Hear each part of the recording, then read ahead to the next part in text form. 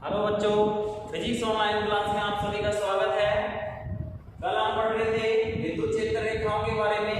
विद्युत क्षेत्र रेखाएं क्या होती हैं, एक बार मैं थोड़ा सा वापस से रिवाइज कर देता हूं, ध्यान से सुने।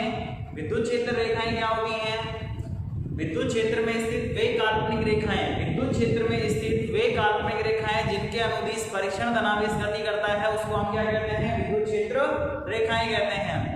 विद्युत क्षेत्र रेखाओं को हम विद्युत बल रेखाएं भी बोल सकते हैं। और दूसरी बात, इसके गुणधर्मों की अगर बात की जाए तो गुणधर्म मैंने बताया था आपको, वेरी वेरी इंपॉर्टेंट है। गुणधर्म इसके क्या होते हैं? फर्स्ट गुणधर्म हमने लिखा था कि ये जो रेखाएं होती हैं वो काल्पनिक होती हैं। क्या होती हैं? काल्पनिक होती हैं, वास्तविक रेखाएं नहीं होती हैं। सेकंड गुणधर्म हमने पढ़ा था कि ये जो रेखाएं होती हैं, विद्युत क्षेत्र रेखाएं, ये हमेशा धनावेश से निकलकर ऋणावेश में समाप्त हो जाती हैं। ये कभी भी बंध पथ नहीं बनाती हैं। वैसे मैंने आपको वहां पे नोट लिखवा के एक बात और बताई थी कि चुंबकीय क्षेत्र रेखाओं की अगर बात की जाती है तो वो हमेशा बंध पथ बनाती हैं, क्योंकि चुंबकीय क्षेत्र में क्या होता है कि क्षण चुंबक में N और S दो ध्रुव होते हैं।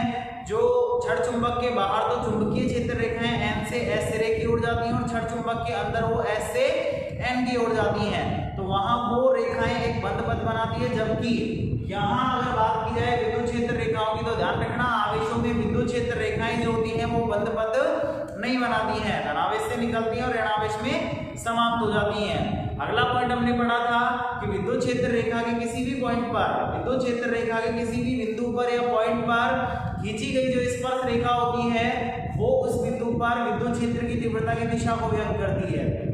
अगला पॉइंट हमने पढ़ा था कि दो विद्युत क्षेत्र रेखाएं कभी भी एक दूसरे को नहीं काटती हैं।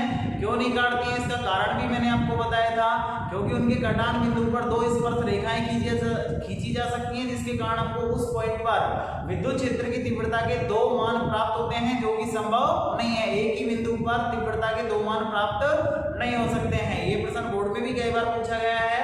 इसके आगे हमने पॉइंट पढ़ा था कि जहां विद्युत क्षेत्र रेखाएं पास पास होती हैं, यानी सघन रूप में पाई जाती हैं, वहां तीव्रता का मान ज्यादा, और जहां पर दूर दूर पाई जाती है यानी कि विरल माध्यम में, यानी कि विरल रूप में अगर पाई जाती है, तो वहां तीव्रता का मान क्या होता है? कम होता है। इससे संबंधित भी प्रश्न पूछे जाते हैं। और इससे आगे फिर हमने पढ़ा था कि जो विद्युत क्षेत्र रेखाएं जो होती हैं वो हमेशा उच्च विभव से निम्न विभव की ओर जाती हैं। किधर से किधर की ओर जाती हैं? उच्च विभव से निम्न विभव की ओर जाती हैं। फिर हमने अगला पॉइंट पढ़ा था, अगला गुणधर्म हमने पढ़ा था कि विद्युत क्षेत्र रेखाएं हमेशा आवेशित पृष्ठ के लंबवत ही बाहर निकलती हैं और लंबवत ही क्या करती हैं? प्रवेश। ध्यान रखना, धनावेश से हमेशा विद्युत बल रेखाएं जो होती हैं वो बाहर निकलती हैं और ऋणावेश में प्रवेश करती हैं। यहाँ तक हमने पढ़ लिया था। इसके बाद में फिर हम पढ़ते हैं, इसके बाद में जो अगला हमारा गुणधर्म आता है वो क्या आता है? ये ध्यान रखना, अगला गुणधर्म हमारा ये कहता है कि एकल आवेश के लिए, इससे पहले वाले जो गुणधर्म थे हमारे, सेकंड जो गुणधर्म हमने पढ़ा था उसमें हमने दो आवेशों के लिए विद्युत बल रेखाएं या विद्युत क्षेत्र रेखाएं खींची थी बोर्ड पर। अब अगर बात की जाए कि एक आवेश की, केवल अगर एक आवेश हो तो वहां विद्युत क्षेत्र रेखाएं किस प्रकार से निकलेंगी? तो ध्यान रखना, एकल आवेश के लिए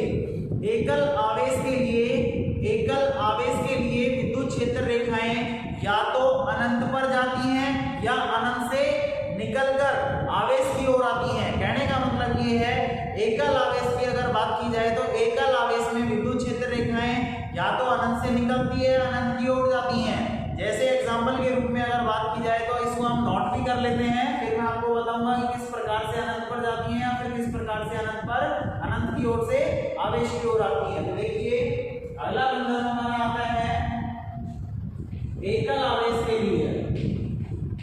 एकल आवेश के लिए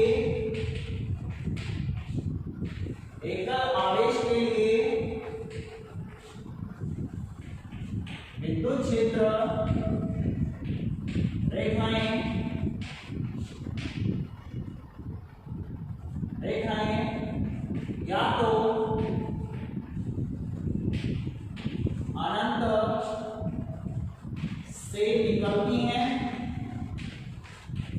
अनंत से निकलती हैं, या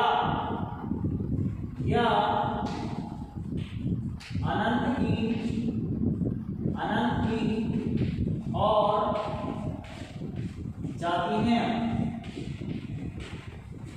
अब बात ये करेंगे कि एकल आवेश के लिए विद्युत क्षेत्र रेखाएं अनंत की ओर या फिर अनंत से किस तरीके से निकलती हैं। कौन से आवेश में तो अनंत की ओर देंगे और कौन से आवेश में अनंत से आवेश की ओर आएंगे। तो हम सबसे पहले बात करेंगे धनावेश की। इसकी आप कौन से आवेश की बात करेंगे? धनावेश की। अगर हम धनावेश की बात करते हैं, केवल एक आवेश रखा हुआ है और वहां धनावेश है, अगर यहाँ धनावेश रखा हुआ है तो विद्युत बल रेखाएं किस प्रकार से निकलेंगी। तो एक चीज ये ध्यान रखना, यहाँ पर एक आवेश रखा हुआ है धनावेश, और धनावेश अपने चारों ओर कौन सा क्षेत्र उत्पन्न करता है? विद्युत क्षेत्र उत्पन्न करता है। विद्युत क्षेत्र उत्पन्न करेगा तो वहां पर विद्युत बल रेखाएं भी जरूर पाई जाएंगी। आपको विद्युत बल रेखाएं कौन सी दिशा में जाएंगी? तो मैंने आपको बताया था कि विद्युत बल रेखाएं हमेशा धनावेश से निकलती है और ऋणावेश में समाप्त हो जाती हैं। तो यहाँ केवल और केवल धनावेश है, ऋणावेश नहीं है। तो यहाँ धनावेश से निकलेंगी तो सही, लेकिन वो कहाँ पर जाती हुई प्रतीत होगी? अनंत की ओर जाती हुई प्रतीत होगी, क्योंकि यहाँ पर ऋणावेश नहीं है। अगर ऋणावेश होता तो वो विद्युत बल रेखाएं इस धनावेश से निकलकर ऋणावेश में चली जाती, लेकिन यहाँ ऋणावेश नहीं होने के कारण धनावेश से निकलकर ये कहाँ पर जाएंगी? अनंत पर जाएंगी। तो हम इनको खींच सकते हैं।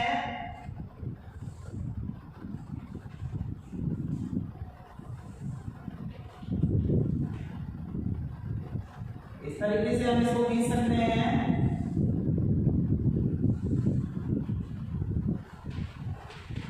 यहाँ मैंने 4 विद्युत बल रेखाएं आपको दिखाई हैं। यहाँ 4 विद्युत बल रेखाओं के आगे मैंने लास्ट में क्या लगाया है? डॉट डॉट लगाया है। डॉट डॉट का मतलब होता है कि अनंत पर जा रही है। कहां पर जा रही है? अनंत पर। अब बात करते हैं कि ये विद्युत बल रेखाएं अनंत से आ रही हैं या फिर जा रही हैं। तो ध्यान रखना, धनावेश है, इसका मतलब धनावेश से विद्युत बल रेखाएं बाहर निकलती हैं, और बाहर निकलती हैं एरो का निशान किधर की तरफ आएगा? अनंत की ओर आएगा। किधर की ओर आएगा? अनंत की ओर। यानी कि विद्युत बल रेखाएं धनावेश में अनंत की ओर जाती हैं।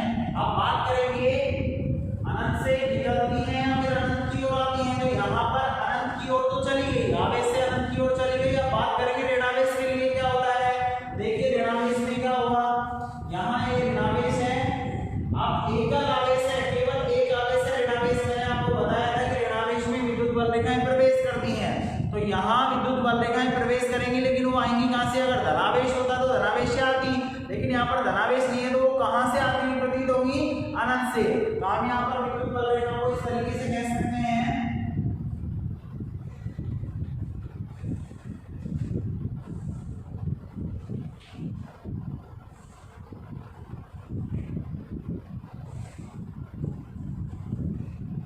अब की बार एरो का निशान किधर की तरफ होगा? ऋणावेश में प्रवेश करती है तो एरो का निशान अंदर की तरफ होगा।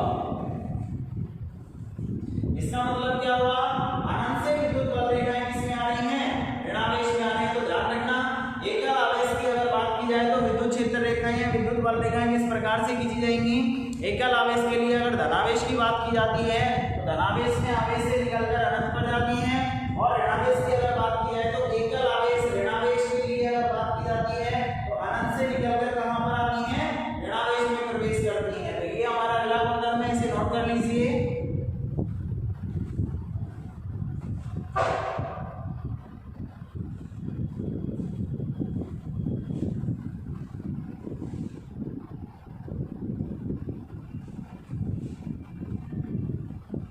इसे खींच लीजिए।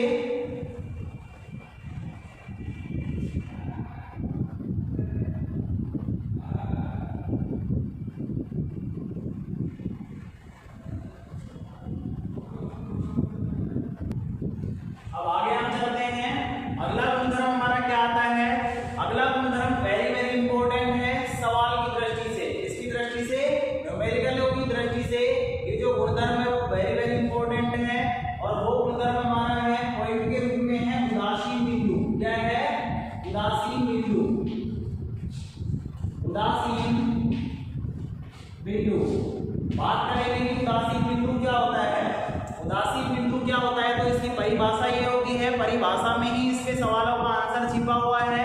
ध्यान रखना, इसकी परिभाषा क्या होती है। उदासीन बिंदु आवेशों के आसपास स्थित वह बिंदु, आवेशों के आसपास स्थित वह बिंदु जिस पर परिणामी तीव्रता का मान, तीव्रता कौन सी है? विद्युत क्षेत्र की तीव्रता। यहाँ जहां पर भी तीव्रता बोला जाएगा इसका मतलब क्या है? विद्युत क्षेत्र की तीव्रता। आवेशों के आसपास स्थित वह बिंदु जिस पर परिणामी तीव्रता का मान शून्य प्राप्त होता है, उस पॉइंट को, उस बिंदु को हम क्या कहते हैं? उदासीन बिंदु। ध्यान रखना, आवेशों के आसपास स्थित वह बिंदु जिस पर परिणामी तीव्रता का मान, परिणामी विद्युत क्षेत्र की तीव्रता का मान शून्य प्राप्त होता है, उसको हम क्या कहते हैं? उदासीन बिंदु कहते हैं। क्या कहते हैं? उदासीन बिंदु। और एक चीज ये भी ध्यान रखना, अगर उदासीन बिंदु पर परिणामी विद्युत क्षेत्र की तीव्रता का मान यानी कि E का मान अगर 0 होगा, अगर E का मान 0 होगा तो हमने फॉर्मूला पढ़ा है, विद्युत क्षेत्र में अगर कोई आवेश रखा हुआ रहता है तो उस पर लगने वाले बल का F बराबर Q into E, Q not पढ़ा था। आवेश कोई सा भी रख सकते हैं, Q रखेंगे तो फॉर्मूला QE हो जाएगा और Q नॉट रखेंगे तो फॉर्मूला Q नॉट E हो जाएगा। अब देखिए, अगर मान लो इस फॉर्मूले को अगर उदासीन बिंदु के लिए हम बात करते हैं, उदासीन बिंदु पर परिणामी तीव्रता का मान शून्य प्राप्त होता है और परिणामी तीव्रता का मान अगर शून्य प्राप्त होगा तो इस पॉइंट के लिए E का मान अगर 0 कर दिया जाएगा तो बल का मान भी कितना आएगा? 0। कहने का मतलब ये है कि उदासीन बिंदु पर परिणामी स्थिर वैद्युत बल का मान भी 0 होता है या कूलम्ब बल का मान भी 0 होता है और परिणामी तीव्रता का मान भी शून्य होता है। अब इससे संबंधित, इस पॉइंट से संबंधित सवालों को सॉल्व करने के लिए आपको कुछ बातें ध्यान भी रखनी पड़ेगी और वो क्या है उसको मैं अभी आपको बताऊंगा। पहले इस चीज को हम नोट कर लेते हैं। ऐसा बिंदु या फिर आवेशों के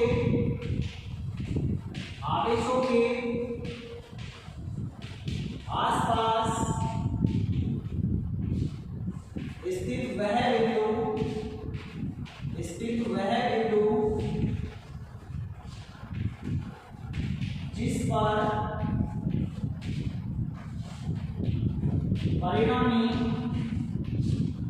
जिस पर परिणामी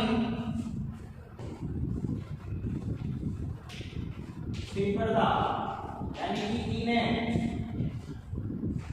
का मान शून्य प्राप्त होता है,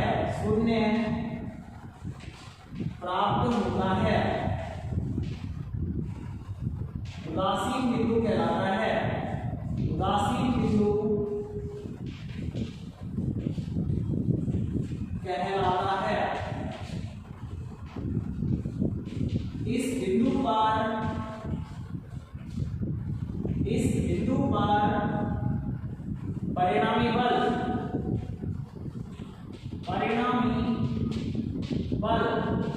यानी कि F नेट का मान भी क्या होगा? परिणामी बल F नेट का मान भी क्या होगा? शून्य होगा, शून्य होता है। ध्यान रखना, उदासीन बिंदु जहां कहीं पर भी हमको प्राप्त होगा वहां पर परिणामी तीव्रता का मान शून्य प्राप्त होगा और बल का मान भी कितना होगा? 0 प्राप्त होगा। अब बात करते हैं कि उदासीन बिंदु कहां पर होता है और वो पॉइंट जो अभी मैं आपको बताऊंगा वो सवाल जब हम सॉल्व करेंगे तो वहां हमारे काम में आएंगे, तो उनको भी आपको ध्यान में रखना है। पहली बात तो एक चीज ये ध्यान रखना, समान प्रकृति के आवेश अगर आपको दिए जाएं, अगर मान लो समान प्रकृति के 2 आवेश आपको दिए जाएं तो वहां पर उदासीन बिंदु की स्थिति कहां पर होगी? तो एक चीज ये ध्यान रखना, जब भी 2 आवेश समान प्रकृति के हों, समान प्रकृति का मतलब प्लस प्लस हो चाहे माइनस माइनस हो, अगर समान प्रकृति के 2 आवेश हैं तो उस कंडीशन में उदासीन जो बिंदु है वो दोनों आवेशों को मिलाने वाली रेखा पर और दोनों आवेशों के बीच में कहीं पर प्राप्त होगा। वापिस से सुनिए, अगर मान लो 2 आवेश समान प्रकृति के हैं और आपसे पूछा जाता है कि उदासीन बिंदु कहां पर होगा, उदासीन बिंदु की स्थिति क्या होगी, तो थोड़ा सा हिंट आपको यहां से मिल जाता है कि दोनों आवेशों को मिलाने वाली रेखा पर होगा। पहली बात तो दोनों आवेशों को मिलाने वाली रेखा पर होगा। अब रेखा पर कहां होगा? दोनों आवेशों के बाहर होगा या फिर अंदर होगा? ध्यान रखना, दोनों आवेशों के अंदर होगा, यानी कि दोनों आवेशों को मिलाने वाली रेखा पर और दोनों आवेशों के बीच में किसी भी पॉइंट पर हमको प्राप्त हो सकता है। और एक चीज ये भी ध्यान रखना, अगर दोनों आवेश समान परिमाण के हैं तो उदासीन बिंदु हमको बिल्कुल बीच में यानी कि मध्य बिंदु पर प्राप्त होगा। कहां पर होगा? बिल्कुल मध्य बिंदु पर प्राप्त होगा। तो इस पॉइंट को भी हम लिख देते हैं,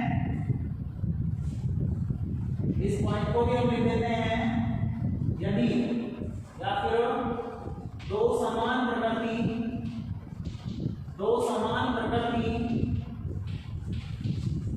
के आवेशों के लिए, आवेशों के लिए उदासीन बिंदु, उदासीन बिंदु आवेशों को मिलाने वाली रेखा पर, आवेशों को मिलाने वाली, आवेशों को मिलाने वाली रेखा पर तथा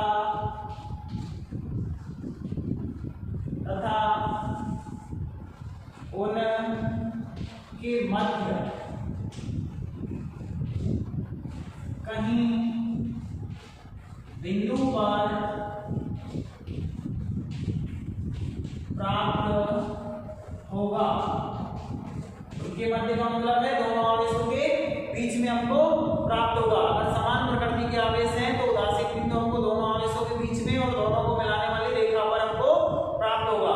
अब हम ये बात भी नोट कर लेते हैं कि समान परिमाण के अगर दोनों आवेश दिए जाते हैं तो उदासीन बिंदु कहां पर होगा? बिल्कुल मध्य बिंदु पर होगा। समान परिमाण वाले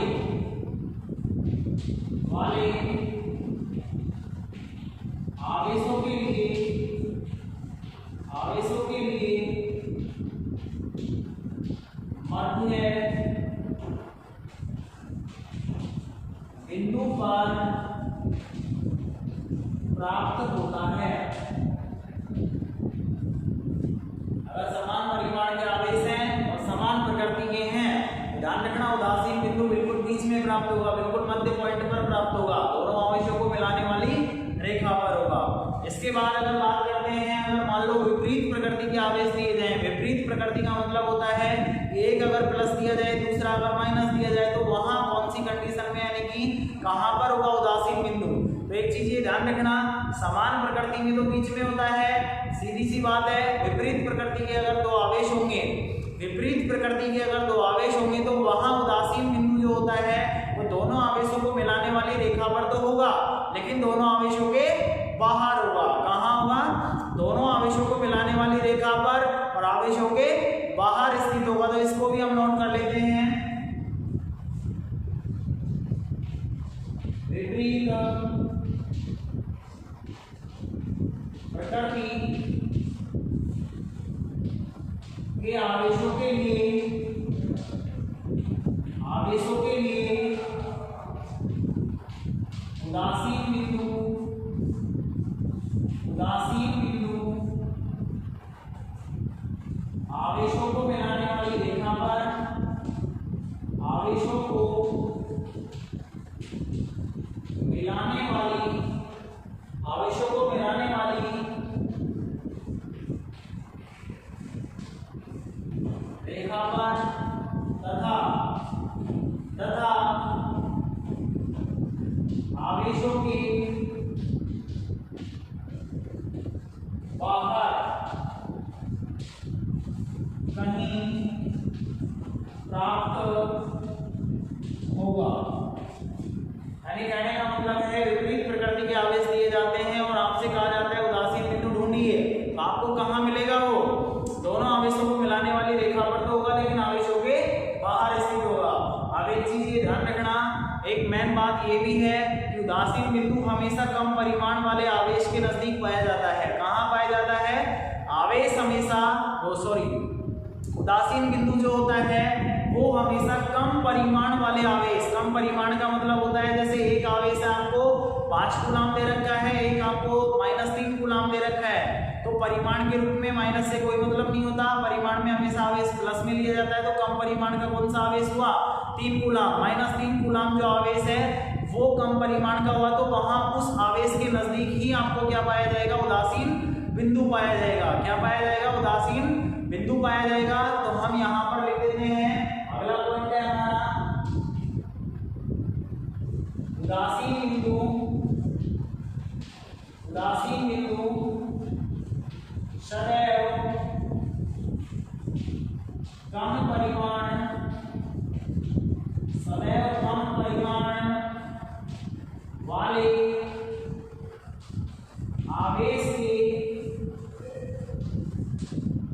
नजदीक पाया जाता है, नजदीक पाया जाता है। ये आपका उदासीन बिंदु का पॉइंट कंप्लीट होता है और यहाँ पर आपके विद्युत क्षेत्र रेखाओं के जो गुणधर्म होते हैं वो भी कंप्लीट होते हैं। अब हम यहाँ इस पॉइंट के बाद ये जो उदासीन बिंदु हमने लास्ट में पढ़ा है इससे संबंधित कुछ सवाल सॉल्व करते हैं। इतने आप इसको नोट कर लीजिए।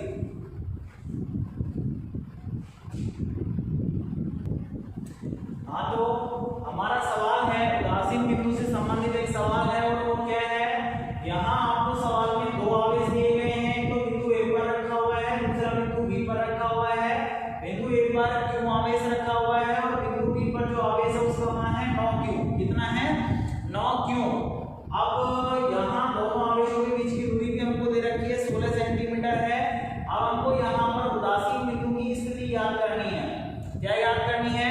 उदासीन बिंदु की स्थिति याद करनी है, यानी कि हमको ये बताना है कि उदासीन बिंदु कहाँ पर होगा, उदासीन बिंदु कहाँ पर होगा।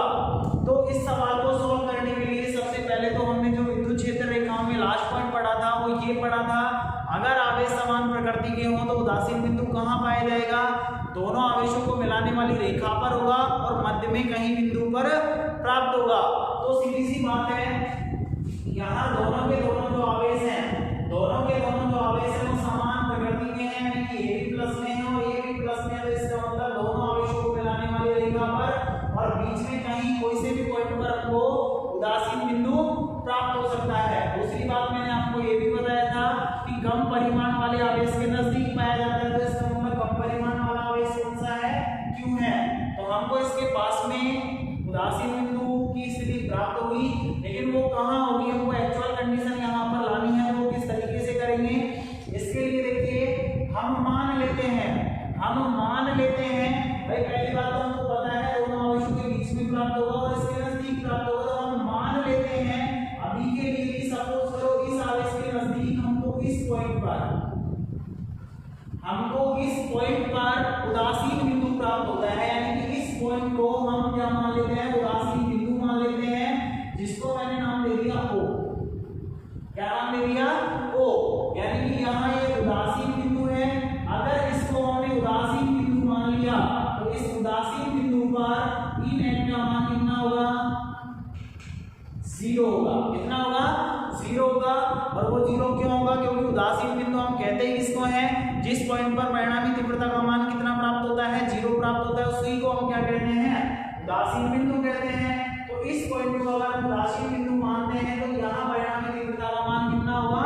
0 होगा। हम मान लेते हैं कि जो Q आवेश है इससे ये उदासीन बिंदु जो है वो कितनी दूरी पर है, कि हमको मालूम नहीं है। तो हम मान लेते हैं कितनी दूरी पर होगा? x दूरी पर। कितनी दूरी पर है ये? x दूरी पर है। अब अगर मान लो इस दूरी को हमने x मान लिया तो यहाँ 9q आवेश है, जो उदासीन बिंदु है, इसकी स्थिति कितनी दूरी पर आएगी? 16 माइनस x, क्योंकि टोटल कितनी है? 16 सेंटीमीटर और यहाँ से और यहाँ तक की कितनी है? x। तो यहाँ ये कितनी बचेगी? 16 माइनस x।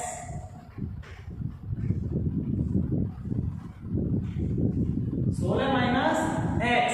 अब हम यहाँ क्या करेंगे, इस सवाल को सोल्व करने के लिए हमको x का मान चाहिए, यानी कि x का मान हमको यहाँ पे निकालना है। अगर x का मान हमको पता चल जाए तो हम बता सकते हैं कि Q आवेश से कितनी दूरी पर है ये पॉइंट और 9q आवेश से कितनी दूरी पर है। तो हमको यहाँ x का मान निकालना है और x का मान निकालने के लिए हमको उदासीन बिंदु की शर्त पता है कि यहाँ इस पॉइंट पर परिणामी तीव्रता का मान कितना प्राप्त होता है? 0। तो हम यहाँ क्या करेंगे, इस सवाल को सॉल्व करने के लिए ये उदासीन बिंदु पर पहले परिणामी तीव्रता का मान ज्ञात करेंगे और परिणामी तीव्रता का मान ज्ञात करने के बाद उसको 0 के बराबर में रख देंगे, क्योंकि परिणामी तीव्रता का मान यहाँ 0 होता है और 0 के बराबर में रखते ही हमारे पास x का मान आ जाएगा। तो सबसे पहला काम हमारा यहाँ पर ये है कि इस बिंदुओं पर परिणामी तीव्रता किस प्रकार से ज्ञात की जाएगी। तो मैंने आपको बताया था जब तीव्रता वाला हमने पॉइंट पढ़ा था तो एक आवेश के लिए, केवल एक आवेश के लिए विद्युत क्षेत्र की तीव्रता निकाली जाती है फॉर्मूले kq/r² से। लेकिन अगर मान लो आवेश एक से अधिक हो, यानी कि आवेश का समूह हो, तो वहां परिणामी तीव्रता का मान उस पॉइंट के चारों ओर उपस्थित आवेशों के कारण तीव्रताओं के सदिश योग के बराबर होता है। ध्यान रखना, अगर दो सदिश एक ही दिशा में होता है तो परिणामी आपस में जुड़ जाएगा, दोनों सदिशों के योग के बराबर होगा। अगर मान लो दो सदिश एक दूसरे के विपरीत दिशा में होते हैं तो एक को प्लस में लिया जाता है, दूसरे को माइनस में लिया जाता है, वहां उसके परिणामी के बराबर होगा। यहाँ देखते हैं किस प्रकार से आएंगे। देखिए इस पॉइंट के चारों तरफ केवल दो आवेश है, एक तो क्यू आवेश है और दूसरा कौन सा है, नो क्यू आवेश है। इन दोनों आवेशों के कारण इस पॉइंट पर तीव्रता की अगर बात करें तो मैंने आपको बताया था प्लस आवेश से हमेशा दूर होती है और माइनस आवेश की और होती है। तो यहाँ दोनों आवेश प्लस हैं, प्लस आवेश हैं, तो इस प्लस क्यू आवेश के कारण इस पॉइंट पर जो तीव्रता की दिशा होगी वो कौन सी होगी, देखिए बताइए, प्लस आवेश से दूर। तो प्लस आवेश से दूर यानी कि इस आवेश से दूर इधर होगा या फिर इधर होगा, तो इस वाले आवेश से तो इधर की तरफ ही दूर होगा, तो हमारे तीव्रता की जो दिशा है इस वाले आवेश के कारण जो तीव्रता की दिशा है वो कौन सी दिशा में हो जाएगी, इस दिशा में हो जाएगी, यानी कि बिंदु बी की ओर हो जाएगी। कौन सी दिशा में हो जाएगी, बिंदु बी की ओर हो जाएगी, जिसको मैं व्यक्त कर सकता हूं। यहाँ बिंदु ए पर जो आवेश रखा हुआ है इसकी तीव्रता को मैं व्यक्त कर सकता हूं ई ए सदिश के द्वारा। इसके द्वारा, ई ए सदिश के द्वारा। कौन से सदिश के द्वारा व्यक्त कर देता हूं, ई ए सदिश के द्वारा। अब बात करते हैं नो क्यू आवेश के कारण इस पॉइंट पर तीव्रता की दिशा कौन सी होगी, ये भी प्लस आवेश है, प्लस आवेश से दूर कौन सी तरफ होगी, इधर की तरफ होगी, जिसको मैं व्यक्त कर देता हूं इस दिशा में होगी, इसको मैं व्यक्त कर देता हूं। देखिए बिंदु बी पर रखा हुआ है आवेश, तो इस वाली तीव्रता को मैं व्यक्त कर देता हूं किसके द्वारा, ईबी सदिश के द्वारा। किसके द्वारा, ईबी सदिश के द्वारा। अब हमको बिंदु O पर परिणामी तीव्रता का मान ज्ञात करना है। दोनों तीव्रताएं एक दूसरे के विपरीत दिशा में आ रही है, इसका मतलब परिणामी तीव्रता का मान क्या होगा, दोनों तीव्रताओं को किस प्रकार से लिया जाएगा, एक को प्लस में तो दूसरे को माइनस में। तो यहाँ हम लिख सकते हैं बिंदु O पर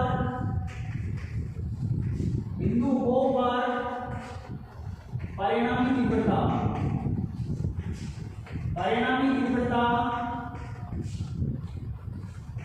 ई नेट बराबर एक को प्लस में लिया जाएगा, दूसरे को माइनस में लिया जाएगा, क्योंकि दोनों सदिश क्या हैं, एक दूसरे के विपरीत दिशा में।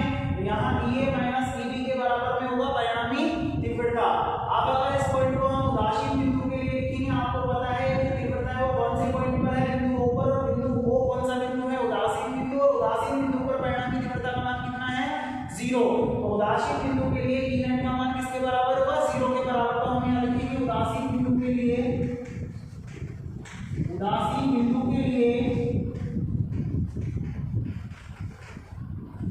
ई नेट बराबर 0। अतः हम लिख सकते हैं ई ए माइनस ई बी बराबर क्या होगा, 0। अगर ई बी को हम इधर की तरफ लाते हैं तो फॉर्मूला बनेगा हमारा ई ए बराबर ई बी। यहाँ एक चीज ध्यान रखना, ई ए और ई बी बिंदु ए पर रखे आवेश और बिंदु बी पर रखे आवेश के कारण बिंदु O पर तीव्रताएं हैं, और ये तीव्रता दोनों की दोनों जो तीव्रताएं हैं वो परिमाण के रूप में है, यानी कि प्लस आवेश है उसके कारण भी हम प्लस में ही इसको लेंगे फॉर्मूले को, और माइनस अगर आवेश होता यहाँ तो भी हम तीव्रता को किसके रूप में लेते, प्लस के रूप में, क्योंकि परिमाण के रूप में हमेशा फॉर्मूला किसमें आएगा, प्लस में। तो ई ए का मान क्या होगा, ई ए का मान मैंने आपको बताया था, एक आवेश के लिए विद्युत क्षेत्र की तीव्रता का फॉर्मूला होता है Q/r²। क्या होता है, Q/r²। K का मतलब क्या है, नियतम कैसे कैसे आएगा, Q क्या है जिसके कारण तीव्रता ज्ञात करते हैं। तो ई ए का अगर हमको मान लिखना है K तो ऐसे कैसे आएगा, Q का मतलब जिस आवेश के कारण हम तीव्रता ज्ञात कर रहे हैं, तो कौन से आवेश के कारण ज्ञात कर रहे हैं, Q के कारण बटे r वो दूरी होती है जिस पर हमको तीव्रता का मान ज्ञात करना है। तो यहाँ से कितनी दूरी पर ज्ञात कर रहे हैं, x दूरी पर।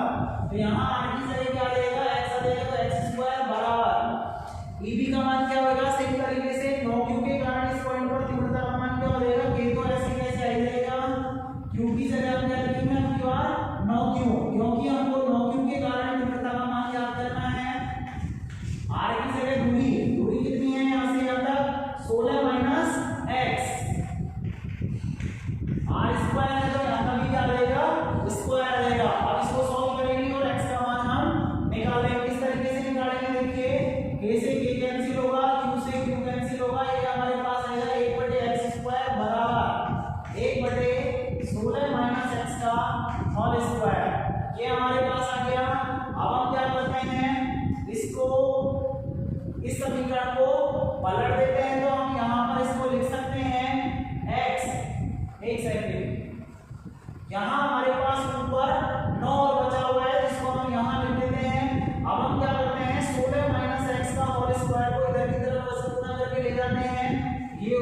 16 माइनस एक्स का होल स्क्वायर बटे एक्स स्क्वायर बराबर हमारे पास कितना आएगा 9। दोनों के ऊपर से अगर स्क्वायर हटाएंगे तो यहाँ इसके ऊपर क्या आएगा अंडर रूट। 9 का अंडर रूट कितना होता है 3 होता है, तो इसको हम लिख सकते हैं 16 माइनस एक्स बटे एक्स स्क्वायर हटा दिया तो इसका वर्गमूल आएगा, इसका वर्गमूल कितना होता है 3। इसको और सोल्व कर लेते हैं, एक्स को इधर की तरफ वजन गुणा करके लेकर आएंगे तो हमारे पास क्या आएगा 16 माइनस एक्स बराबर हो जाएगा 3x।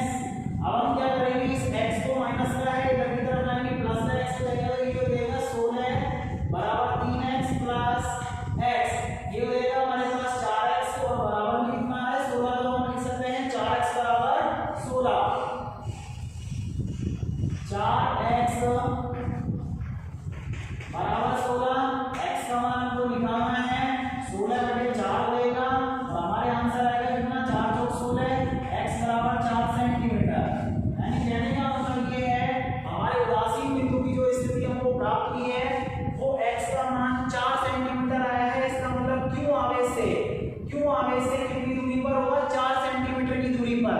उदासीन बिंदु क्यों आवेश से कितनी दूरी पर होगा यहाँ हमको लिखना पड़ेगा। सवाल जिस प्रकार से हमसे पूछता है क्यों आवेश से पूछता है या नो क्यों आवेश से पूछता है, आपको यहाँ लिखना पड़ेगा क्यों आवेश से तो कितनी दूरी पर है 4 सेंटीमीटर पर है और नो क्यों आवेश से कितनी दूरी पर है 16 माइनस एक्स का मान 4 आया है, तो 16 माइनस 4 बराबर कितना आएगा 12 सेंटीमीटर की दूरी पर, यानी कि 9 क्यों आवेश से कितनी दूरी पर आया 12 सेंटीमीटर की दूरी पर। तो इस प्रकार से आपको ऐसे सवाल सॉल्व करने हैं, नोट कर लीजिए इसको।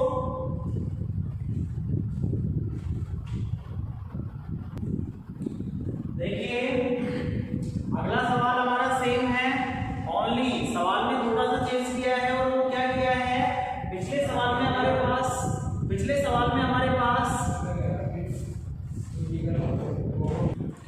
हाँ तो देखिए इस सवाल में हमको पिछले सवाल की तरह ही है, ओनली थोड़ा सा चेंजिंग किया है और वो क्या किया है यहाँ पे जो प्लस क्यू आवेश था उसको ओनली उसने माइनस क्यू आवेश कर दिया। यानी कि पहले तो दोनों आवेश समान प्रकृति के थे, अब की बार विपरीत प्रकृति के यहाँ पर दोनों आवेशों को कर दिया गया है। बिल्कुल सेम तरीके से सॉल्व करेंगे, ओनली हमको उदासीन बिंदु वाला जो पॉइंट था उसको ध्यान में रखना है। और वो पॉइंट हमारा क्या था, अगर मान लो विपरीत प्रकृति के आवेश हैं तो उदासीन बिंदु हमको कहाँ पर प्राप्त होगा, दोनों आवेशों को बाहर और दोनों को मिलाने वाली रेखा पर प्राप्त होगा। और दूसरी बात कम परिमाण वाले आवेश के नजदीक पाया जाएगा। तो पहली बात तो मेरे को आप ये बताइए कि उदासीन बिंदु इसके पास होगा या इसके नजदीक होगा, तो ध्यान में रखना यहाँ कम परिमाण का आवेश ये है तो इसके नजदीक होगा। इसके नजदीक होगा तो वो कहाँ होगा, इधर की तरफ होगा या बाहर होगा, तो विपरीत प्रकृति का आवेश है इसका मतलब बाहर होगा। और बाहर भी कहाँ होगा, ऊपर होगा या नीचे होगा या इसी के सामने होगा, तो दोनों आवेशों को मिलाने वाली रेखा पर होगा। तो हम यहाँ कह देते हैं इसको थोड़ा सा और आगे बढ़ा दिया जाता है, ये आगे बढ़ा दिया, दोनों आवेशों को मिलाने वाली रेखा है। हम मान लेते हैं भाई इस आवेश के नजदीक पाया जाए तो हम मान लेते हैं कि इस पॉइंट पर हमको उदासीन बिंदु प्राप्त होता है, जिसको पॉइंट को मैं नाम दे देता हूं बिंदु O। क्या नाम दे दिया, बिंदु O। इस पॉइंट O पर अगर उदासीन बिंदु प्राप्त होगा तो इस पॉइंट को मैंने नाम दे दिया O। इस पॉइंट O की बिंदु B से यानी कि माइनस जो आवेश से जो दूरी है वो मैं x मान लेता हूं, तो फिर 9 की आवेश से दूरी कितनी होगी 16 प्लस x, जो कि यहाँ से यहाँ तक की कितनी है 16 सेंटीमीटर और यहाँ से यहाँ तक की x है, तो ये टोटल हो जाएगी 16 प्लस x। अब बात करेंगे कि इस पॉइंट को अगर हमने उदासीन बिंदु माना है तो परिणामी तीव्रता का मान राइट से है 0 प्राप्त होगा। तो हम इस पॉइंट पर परिणामी तीव्रता का मान कितना मानेंगे 0, यानी कि इनेट का मान इस पॉइंट पर कितना होगा 0। अब इनेट का मान पहले हमको निकालना पड़ेगा, फिर उसको 0 के बराबर में रखना पड़ेगा, हमारे पास x का मान आ जाएगा। तो इस पॉइंट पर परिणामी तीव्रता का मान निकालने के लिए पहले हम इस आवेश के लिए देख लेते हैं। माइनस आवेश की ओर होती है तीव्रता की दिशा, ध्यान रखना तीव्रता की दिशा माइनस आवेश की ओर और प्लस आवेश से दूर। तो यहाँ एक माइनस आवेश है इसकी ओर, यानी कि इस वाले आवेश की कारण तीव्रता की दिशा इस दिशा में हो जाएगी, जिसको मैं व्यक्त कर देता हूँ बिंदु B पर रखा हुआ है तो बीजी सदिश के द्वारा। अब ये आवेश प्लस है तो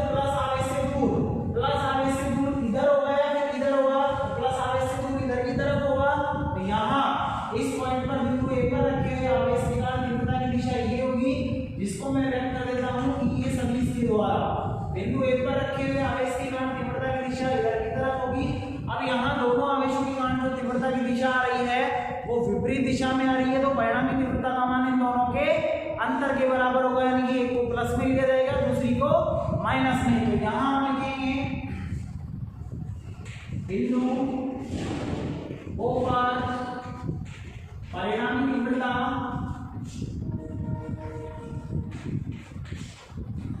इन्हें बराबर लिखेंगे, क्या लिखेंगे, एक को प्लस में लेंगे दूसरे को माइनस में। तो हम लिख सकते हैं ये को हमने प्लस में ले लिया तो ये को हमको किसमें लेना पड़ेगा, माइनस में लेना पड़ेगा, क्योंकि दोनों के दोनों सदिश क्या हैं, विपरीत दिशा में है।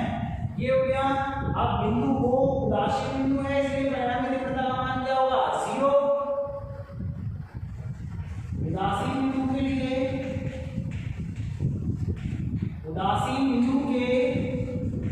लिए इनेट बराबर कितना होगा, 0।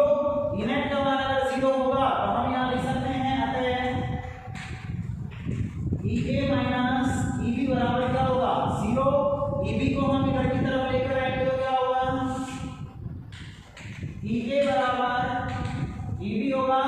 वही फॉर्मूला E और EB का हमको यहाँ पे मान रखना है। दोनों तीव्रताएं परिमाण के रूप में है, प्लस में अगर आवेश होगा तब भी तीव्रता किसमें ली जाएगी, प्लस में ली जाएगी। तो यहाँ ये का मान क्या होगा, बिंदु ए पर रखिए आवेश के कारण तीव्रता, फॉर्मूला होता है Q अपॉन R²। K नियतांक है, Q यहाँ पर कितना आएगा, 9 क्यों आएगा, और R का मतलब दूरी कितनी आएगी, 16 प्लस x। और फॉर्मूला हमारा बनेगा कि आवेश का मान हमारे पास 9 क्यों है बटे R²। R की जगह हमारे पास 16 प्लस x है, तो इसका होल स्क्वायर बराबर EB का मान क्या होगा, बिंदु B पर रखे हुए आवेश के कारण K तो आएगा, Q की जगह माइनस क्यों है, परिमाण के रूप में लेना है तो क्यों आ जाएगा बटे में R, यानी कि दूरी कितनी है, x है, तो यहाँ पे क्या आ जाएगा, x²। K से K कैंसिल हो जाएगा, Q से Q कैंसिल हो जाएगा, हमारे पास बचेगा 9 बटे 16 प्लस x का होल स्क्वायर बराबर 1 बटे x²। हम क्या करते हैं, इस समीकरण को 16 प्लस x के होल स्क्वायर को इधर की तरफ लाते हैं, हमारे पास ये आएगा 9 बराबर 16 प्लस x का होल स्क्वायर बटे x²। याद आएगा, दोनों के ऊपर से अगर स्क्वायर को मैं हटाऊंगा तो यहाँ क्या आएगा, अंडर रूट आएगा, और 9 का अंडर रूट कितना होता है, 3। तो यहाँ हम लिख सकते हैं 3 बराबर 16 प्लस x बटे x। ये हो गया, x को हम इधर की तरफ से गुणा करते हैं तो ये हो जाएगा 3x बराबर 16 प्लस x। x को मैं इधर की तरफ लेकर जाता हूँ, 3x माइनस x बराबर कितना आएगा, 16। और ये बचेगा हमारे पास 2x बराबर 16। x का मान हमारे पास कितना आएगा, 8 सेंटीमीटर। 8 सेंटीमीटर का मतलब ये है कि -2 आवेश से उदासीन बिंदु की जो स्थिति है वो 8 सेंटीमीटर की दूरी पर होगी, और 9 क्यों आवेश से वो कितनी पर होगी, 16 प्लस 8।